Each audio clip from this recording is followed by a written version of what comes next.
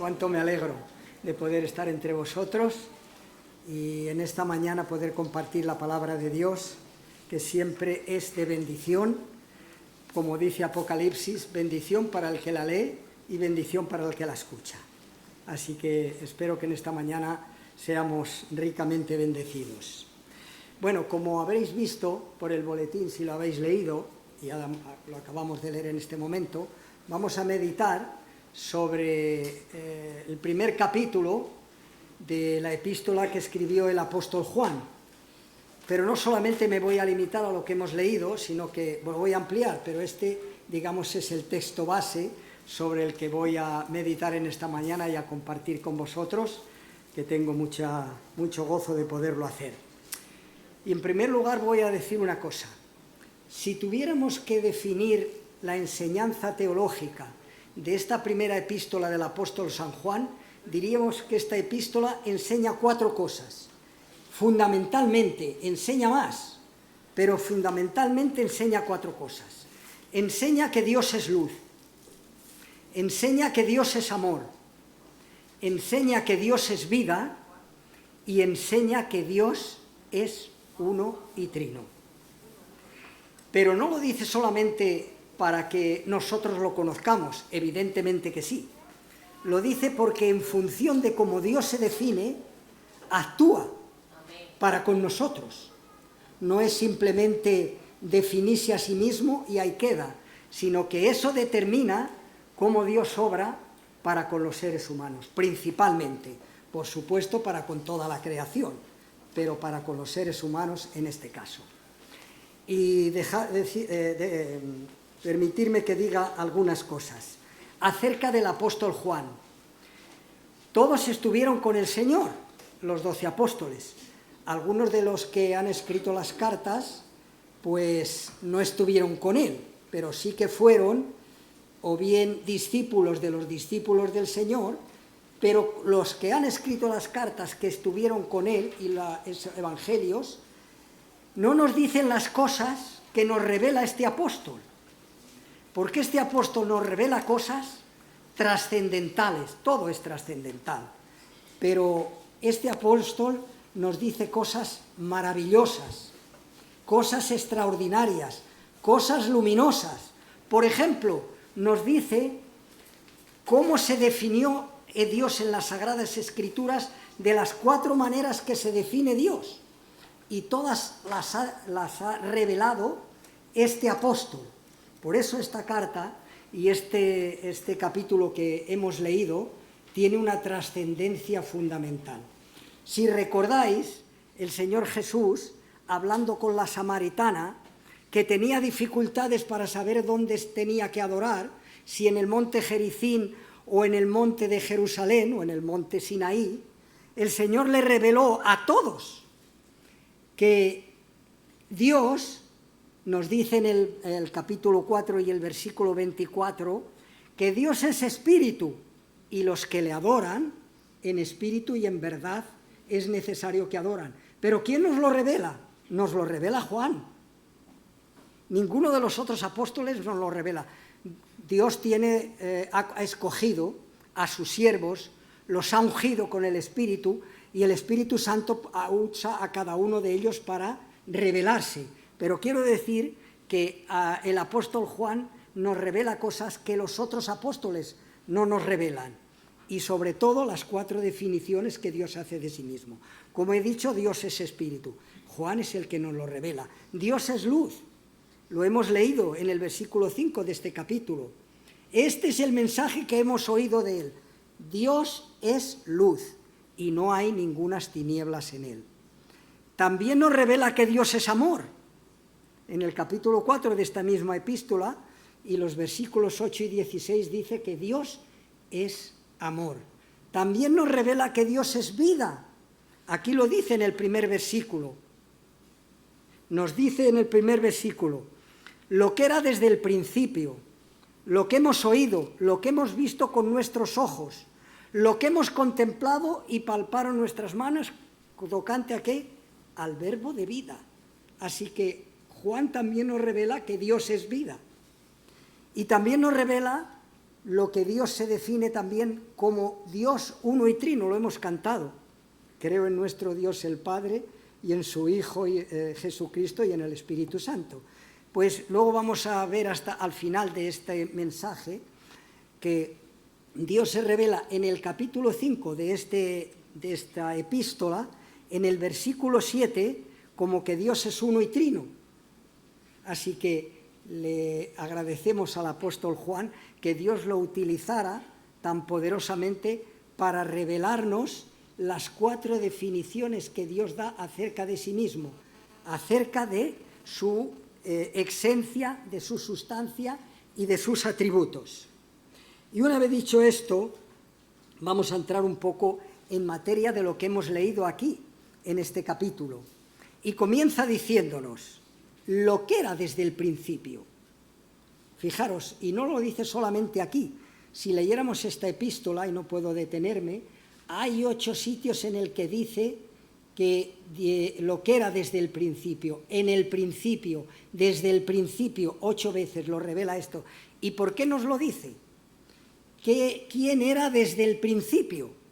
También el apóstol Juan nos lo revela.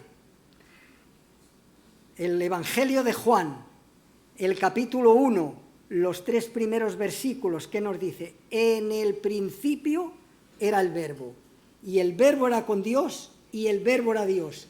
Este era en el principio con Dios. Todas las cosas por Él fueron hechas, y sin Él nada de lo que ha sido hecho fue hecho. Así que nos revela que el principio, el que da origen, el que crea todas las cosas, es el Señor Jesús. Porque este capítulo que estamos leyendo, y sobre todo estos versículos, hablan de la persona del Señor Jesús. Porque tocante al verbo de vida. ¿Quién era el verbo de vida? Lo acabamos de ver.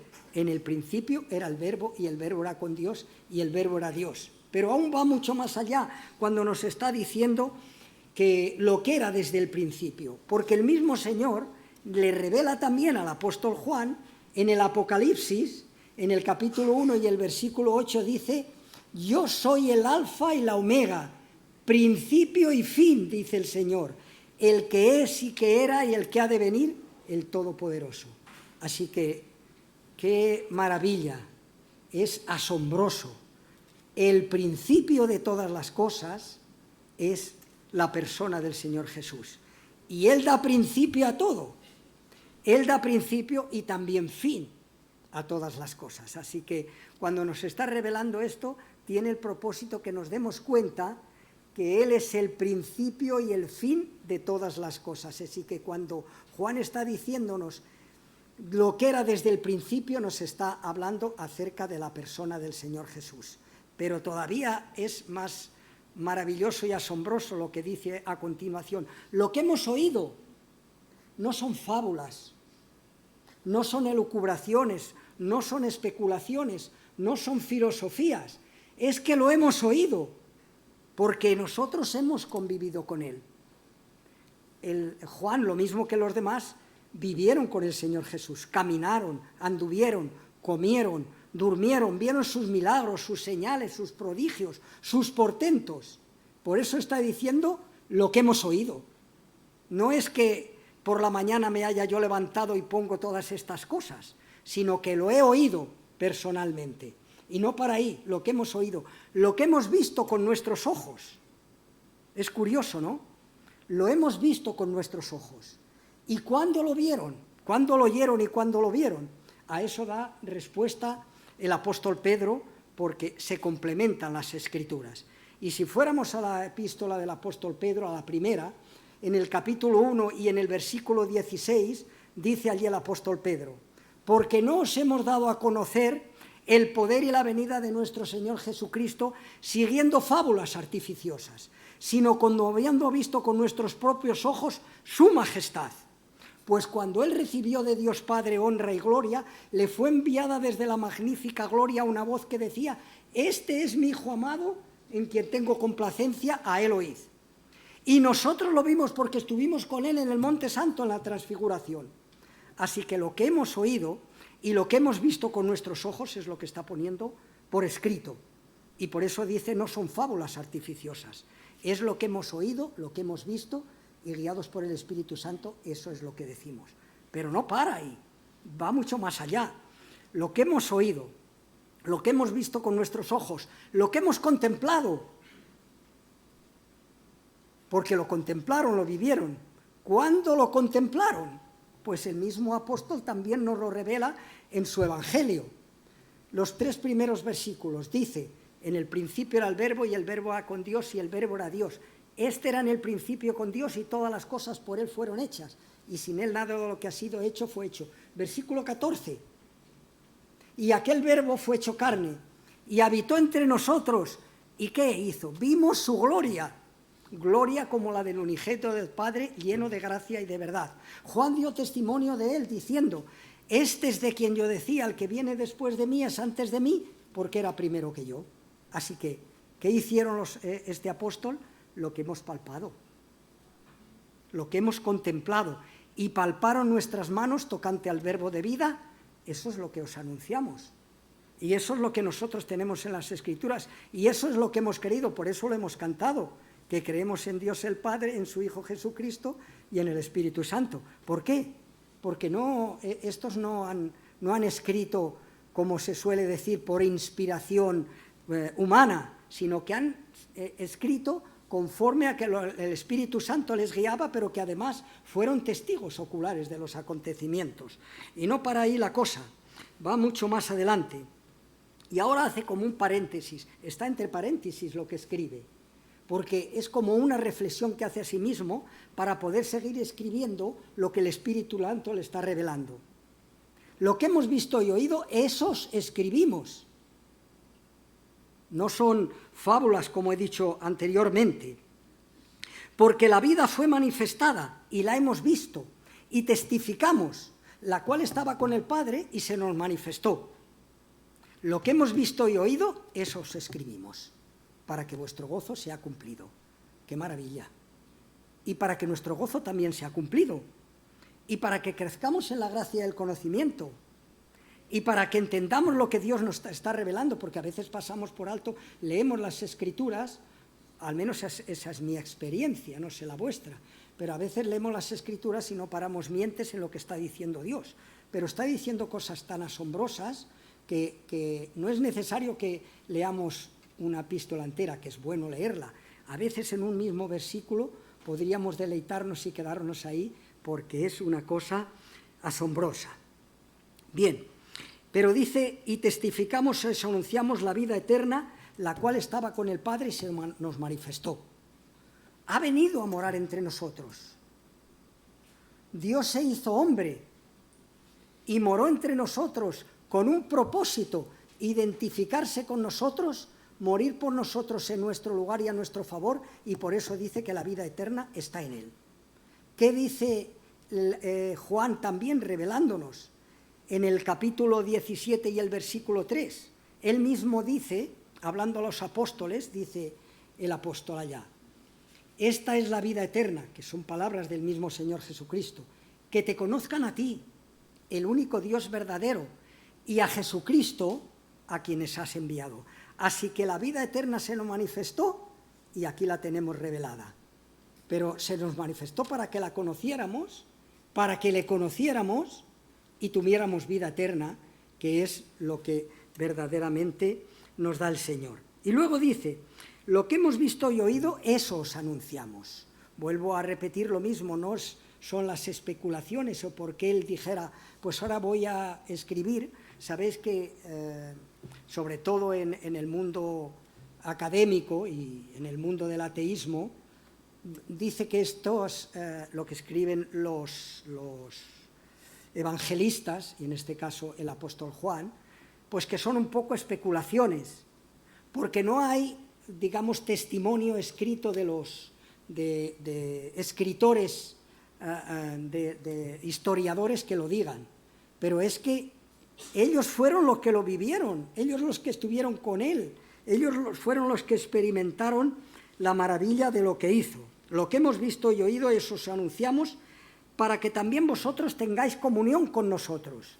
Es verdad que nosotros también fomentamos la comunión si nos reunimos, pero no viene de que nosotros nos reunamos, viene del conocimiento y de la bendición de conocer a ese que se manifestó y que era la vida eterna. Por eso sigue escribiéndonos y dándonos este mensaje que nos ha dado. Y nuestra comunión, dice, es verdaderamente con el Padre y con su Hijo Jesucristo. Claro, ¿con quién tenemos comunión? Tenemos comunión con el Padre. ¿Por qué le reconocemos?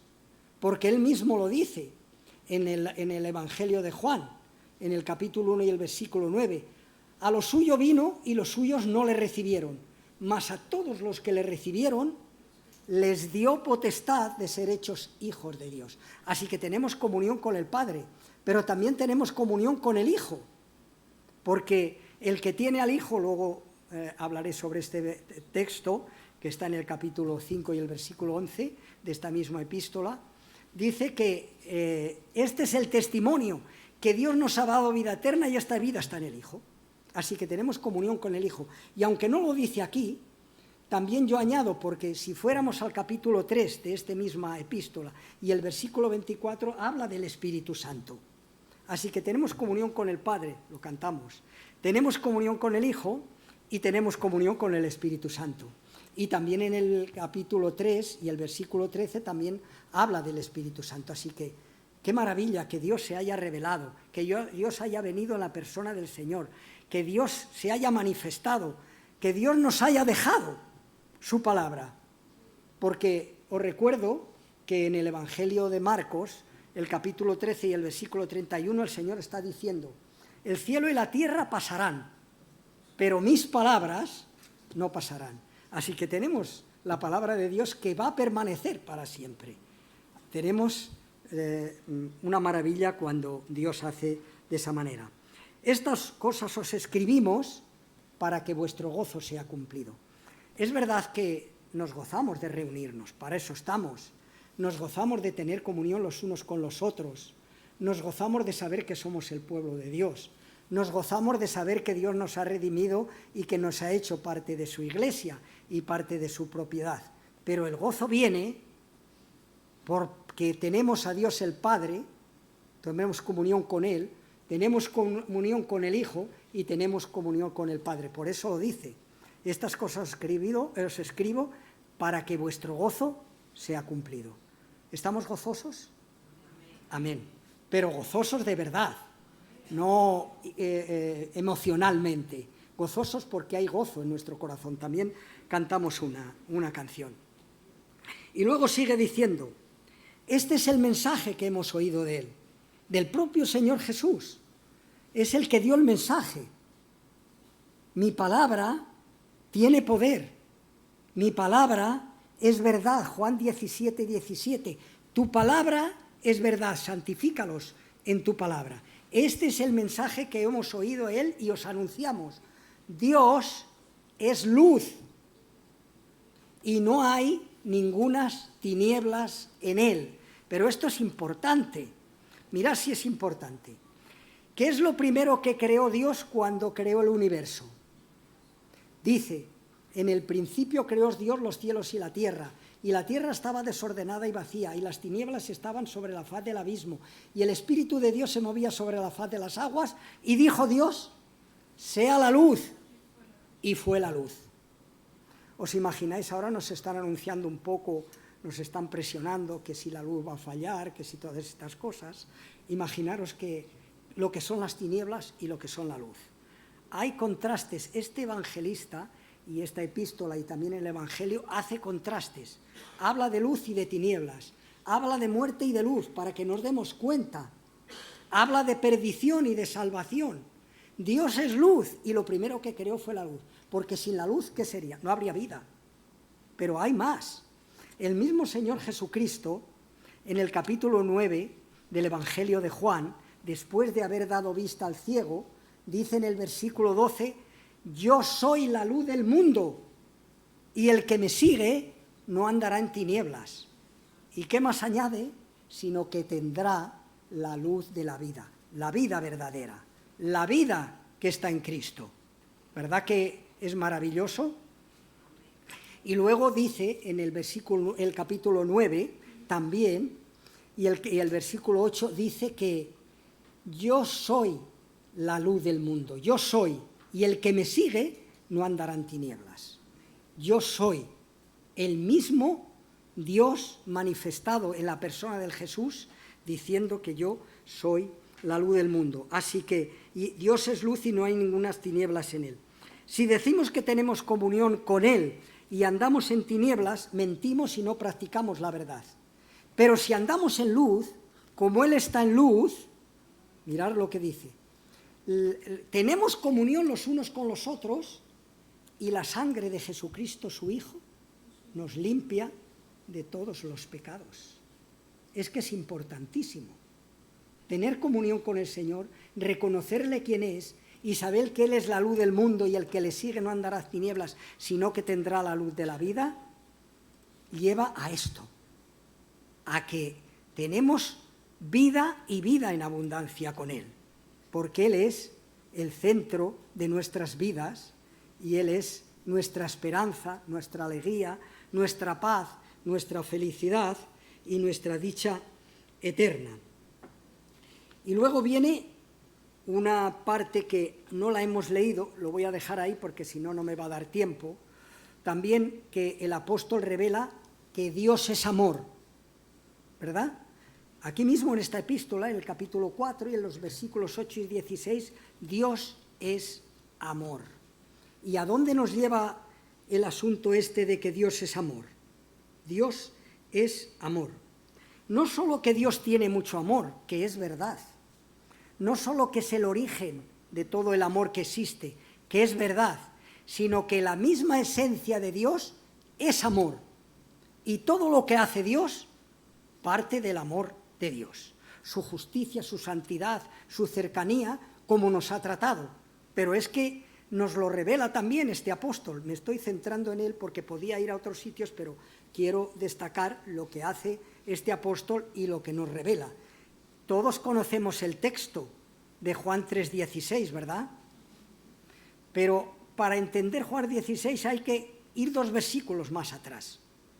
El versículo 14, que dice, y así como Moisés levantó la serpiente en el desierto, es necesario que el Hijo del Hombre sea levantado, es decir, levantado en la cruz, clavado en la cruz, para que todo aquel que en él cree no se pierda, mas tenga vida eterna. Porque de tal manera amó Dios al mundo, que ha dado a su Hijo unigénito, para que todo aquel que en él cree no se pierda, mas tenga vida eterna. ¿Qué podemos pedir más?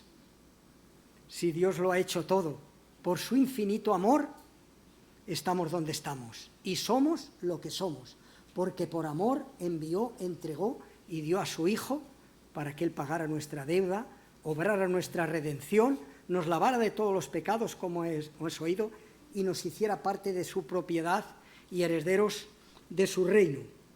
Pero dice más, dice en el capítulo 5 de la epístola del apóstol Pablo a los romanos, que mas Dios muestra su amor para con nosotros, versículo 8.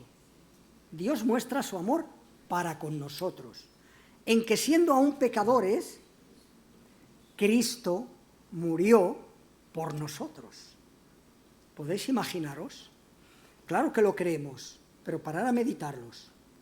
No porque lo mereciéramos, no porque nosotros le buscáramos, no por nuestras inquietudes, no por nuestras buenas obras, que todos sabemos que nuestras buenas obras no eran, porque como dice Efesios el capítulo 2 y el versículo 1, dice que Él nos dio vida a nosotros cuando estábamos muertos en delitos y pecados. Mas Dios muestra su amor para con nosotros en que siendo aún pecadores.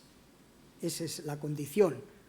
Y como decía Lutero, no es que era pecador, es que sigo pecando. Ya no soy el pecador de entonces, pero seguimos, porque todos tenemos experiencias de que ojalá hubiéramos sido pecadores y ahora ya hubiera todo pasado. Pero nuestra realidad es que lo seguimos haciendo. Mas Dios muestra su amor para con nosotros en que siendo aún pecadores, Cristo murió por nosotros. Y como ha muerto por nosotros y nos ha dado vida eterna, ahora ninguna condenación hay para los que están en Cristo Jesús. Pero luego dice más cosas, aún todavía. En el capítulo 2 de Efesios, en el versículo 4 dice: pero Dios, que es rico en misericordia, por su gran amor con que nos amó, aun estando nosotros muertos en delitos y pecados, ¿qué hizo? Nos dio vida juntamente con Cristo. Y asimismo nos resucitó y nos hizo sentar en los lugares celestiales con Cristo Jesús. Potencialmente hay quien, denominaciones y otros, que la salvación la podemos perder. La podríamos perder si nunca la hubiéramos tenido. Pero si ya nuestros nombres están escritos en el libro de la vida y estamos sentados en los lugares celestiales con Cristo Jesús, estamos más que, tenemos aún más que convicción, certeza de que allí nadie nos va a poder borrar. Y por no citar más textos, pero uno que no solamente habla en el Nuevo Testamento del amor de Dios, porque había en el siglo III un cristiano, que se decía cristiano entre comillas, que se llamaba Marción, y decía: el Dios del Antiguo Testamento es un Dios justiciero, es un Dios vengativo, es un Dios castigador. El Dios del Nuevo Testamento es un Dios bueno, un Dios misericordioso, pero resulta que el Dios del Antiguo Testamento es el mismo Dios del Nuevo. Pero por solo citar un texto, Jeremías 31:3, ¿qué le dice al pueblo de Israel? Y ahora el pueblo de Dios somos nosotros: con amor eterno te he amado. Así que mirar dónde llega el amor de Dios. El amor de Dios es tan grande que todo aquel que cree en Él, su amor se manifiesta, su gracia, su perdón, su vida, todas las cosas. Y luego tenemos después, pasamos a otro, que Dios es vida. Dios es vida. Naturalmente, lo hemos visto. Volvemos otra vez a citar el texto, pero es que es fundamental. Dice Juan 1:1 y 2, que en el principio era el Verbo y el Verbo era con Dios y el Verbo era Dios. Este era en el principio con Dios. Todas las cosas por Él fueron hechas y sin Él nada de lo que ha sido fue hecho. En Él, en Cristo, en Jesús, estaba la vida. Está la vida. Así que Dios es vida. Pero si queremos profundizar un poquito más, y no me puedo detener porque veo la hora y ya estoy casi en el límite, en esta misma epístola, en el capítulo 4, los versículos 11 y 12, dice lo siguiente, que es tremendo. Este es el testimonio que Dios nos ha dado, que Dios nos ha dado vida eterna y esta vida está en su Hijo. El que tiene al Hijo tiene la vida. Y el que no tiene al Hijo de Dios, no tiene la vida. ¿Por qué? Porque Él es, ya lo dice en Juan 14:6, yo soy el camino y la verdad y la vida. Así que el que no tiene la vida. Recuerdo de haber discutido con un hermano en la fe muy bueno, muy espiritual, pero tenía tanto amor a los judíos, que yo también amo al pueblo judío, por supuesto, que creo que estaba errado en lo que me decía. Como Dios ama tanto al pueblo de Israel, el pueblo de Israel, todos van a ser salvos. Y yo le decía, viendo a este versículo, el que tiene al Hijo tiene la vida, por supuesto. Sabéis que ahora hay muchas conversiones de los judíos mesiánicos que se están convirtiendo muchísimos, pero es que el texto es claro. El que tiene al Hijo tiene la vida. El que no tiene al Hijo no tiene la vida. Nosotros tenemos al Hijo y por eso tenemos la vida. Y luego en esta misma epístola de Juan, en el capítulo 5 y el versículo 20 nos dice algo tremendo que es importante que lo meditemos en esta mañana. Pero sabemos que el Hijo de Dios ha venido. Por supuesto que lo sabemos que ha venido. Y nos ha dado entendimiento para conocer al que es verdadero. Y estamos en el verdadero, en su Hijo Jesucristo. Este es el verdadero Dios y la vida eterna. Así que Dios no se revela y nos dice sus atributos y todas estas cosas simplemente para que llenemos nuestra mente intelectualmente, para que lo conozcamos, para que lo creamos, para que lo vivamos, para que estemos seguros. En esta misma epístola, en el capítulo 5 y el versículo 13, dice que para que nosotros sepamos verdaderamente que tenemos vida eterna, no que la vamos a tener. Ya sabéis de otras denominaciones cristianas que tal vez algún día, por la gracia de Dios y nuestras buenas obras, lleguemos a tener vida eterna. Pero tenemos la seguridad que la tenemos, porque Dios nos la ha dado, porque esta vida está en el Hijo. Y el que tiene al Hijo tiene la vida, y nosotros la tenemos. Y gracias a Dios que no la tenemos porque nosotros le buscáramos, sino porque Él nos buscó a nosotros. Lo dice en el Evangelio de Juan, en el capítulo 10 y el versículo 11. Yo soy el buen pastor. ¿Y qué hace el buen pastor? Su vida da por las ovejas. Él dio su vida de valor infinito para que nosotros la llegáramos a tener. Así que tenemos tantas cosas y tan maravillosas, y ahora voy a decir una cosa. En el capítulo 5 de esta misma epístola, podéis mirarlo, hay mucha controversia de que ese versículo no estaba en el texto original, porque dice que y tres son los que dan testimonio en el cielo: el Padre, el Verbo y el Espíritu Santo, ¿vale? Y me ha llamado la atención que nuestra Biblia, por ejemplo, la Biblia textual no lo trae, las Biblias católicas no lo traen y otras Biblias no lo traen. Y he querido investigar. Y ahora tengo la certeza, la tenía, pero ahora ya la tengo mucho más. Porque hay un creyente evangélico que es, a mi entender, porque no conozco otros, quizá tal vez, el más erudito de todos los cristianos, o de todos los que yo conozco, como cristiano, el más erudito en las Sagradas Escrituras, tiene 4 doctorados y ha escrito 240 libros, y todavía está en sus 60 años, no sabemos lo que va a escribir. Y entonces ha traducido el Nuevo Testamento. Nuevo Testamento interlineal griego-español. Este autor se llama César Vidal. Os recomiendo que lo busquéis porque es importante que conozcáis. Tiene 4 doctorados y es una maravilla. Y entonces, al traducir ese libro, al traducir el Nuevo Testamento del griego al español, César Vidal, del griego al español, hace un estudio de este texto. Porque este texto lo usan mucho los testigos de Jehová, los falsos testigos de Jehová, para decirnos: ¿veis? Este texto que está aquí es espurio y no existe.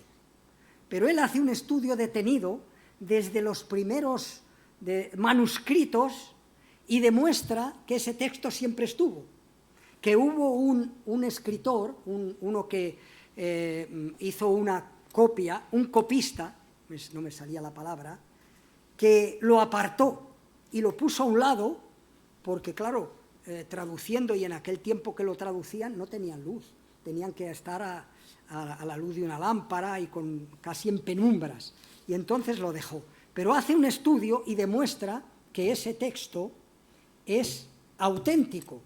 ¿Por qué? Se basa, hay muchas cosas, pero lo voy a decir. Porque no dice, por ejemplo, 3 son los que dan testimonio en el cielo: el Padre, el Hijo y el Espíritu Santo. Dice, 3 son los que dan testimonio en el cielo: el Padre, el Verbo, y es el único que habla del Verbo. Por ejemplo, también en Apocalipsis, que está escrito por él, el capítulo 19 y el versículo 13, habla acerca del Verbo de Dios. Y este versículo resulta que habla también del Verbo, el Padre, el Verbo y el Espíritu Santo. Así que Dios se revela también en esta epístola como el Dios uno y trino. Lo hemos cantado. Y qué maravilla. 3 son los que dan testimonio en el cielo, por eso también son 3 los que dan testimonio en la tierra: el Padre, el Verbo, refiriéndose al Hijo, y el Espíritu Santo. Y estos 3 concuerdan, no va cada uno por su cuenta, porque es el mismo Dios en las 3 personas de la deidad, y este es el que nos revela. Y por eso nosotros, y esto es una gran bendición para nuestras vidas, creemos en el Padre. ¿Qué hace el Padre? El Padre proyecta. ¿Qué hace el Hijo? El Hijo ejecuta la obra de la redención. ¿Y qué hace el Espíritu Santo? Por eso los tres concuerdan. El Espíritu Santo la aplica en nuestras vidas. Juan 14, 26. El Espíritu Santo os guiará a toda la verdad y os redarguirá de pecado, de justicia y de juicio. Aplica la obra de la redención en nuestras vidas. Solo 2 minutos más, porque el tiempo se está pasando. Quiero terminar con, aquí no me refiero ya a Juan, que podría terminar con él, pero me voy a referir a la segunda epístola del apóstol San Pablo a los Corintios, que dice, el último versículo precisamente, capítulo 13 y el versículo 14, la gracia del Señor Jesucristo, el amor del Padre y la comunión del Espíritu Santo esté con todos vosotros. Así que, qué maravilla que Dios se haya dignado venir a buscarnos y salvarnos. Pero qué maravilla que nos haya dejado su palabra. Y qué maravilla, es asombroso, que su palabra es verdadera y tiene poder, porque nos revela quién es el Padre. Si no, ¿qué entenderíamos? El Hijo y el Espíritu. ¿Sabéis una de las cosas que diferencia al cristianismo del resto de las demás religiones? Que en el cristianismo Dios es el que se revela a la humanidad. En las demás religiones es los hombres buscando a Dios. Nosotros no le hemos buscado a Él. Él es el que nos ha buscado a nosotros.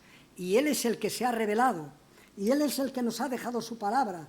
Y su palabra es verdadera. Y en ella tenemos el fundamento de nuestras vidas. Juan 14, 23. El que me ama, dice el Señor Jesús, mi palabra guardará. Y mi Padre le amará. Y vendremos a Él y haremos morada con Él. Así que, ¿qué puedo deciros? Que estoy contento de compartir la palabra de Dios, porque para mí es una gran bendición y mi vida se fortalece, mi fe se edifica, mi esperanza me hace tener un gozo inmenso. ¿Por qué? Porque tenemos la verdad de Dios, porque tenemos al Padre, porque tenemos al Hijo, porque tenemos al Espíritu Santo, el mismo Señor Jesús. En el capítulo 5 del Evangelio de Juan y el versículo 28, mis ovejas oyen mi voz y yo las conozco y me siguen. ¿Y qué dice? Y yo les doy vida eterna y no perecerán jamás, ni nadie las arrebatará de mi mano. Mi Padre que me las dio es mayor que todos y nadie las puede arrebatar de la mano de mi Padre. ¿Y qué dice a continuación? Yo y el Padre uno somos.